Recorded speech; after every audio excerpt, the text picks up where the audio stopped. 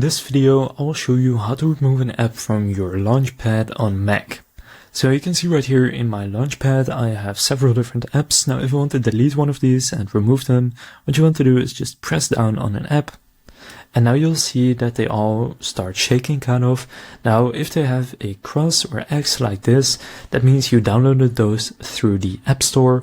And for those, just click on the X right there and click delete, and then it will be removed. Now, for the other ones, for example, if I want to remove Logsac, for example, if I want to remove Joplin, you can see there is no X. So in that case, what you want to do is open up your Finder and head over into Applications in the left menu here. Then just find the apps, in this case Joplin, right click on it and click Move to Bin.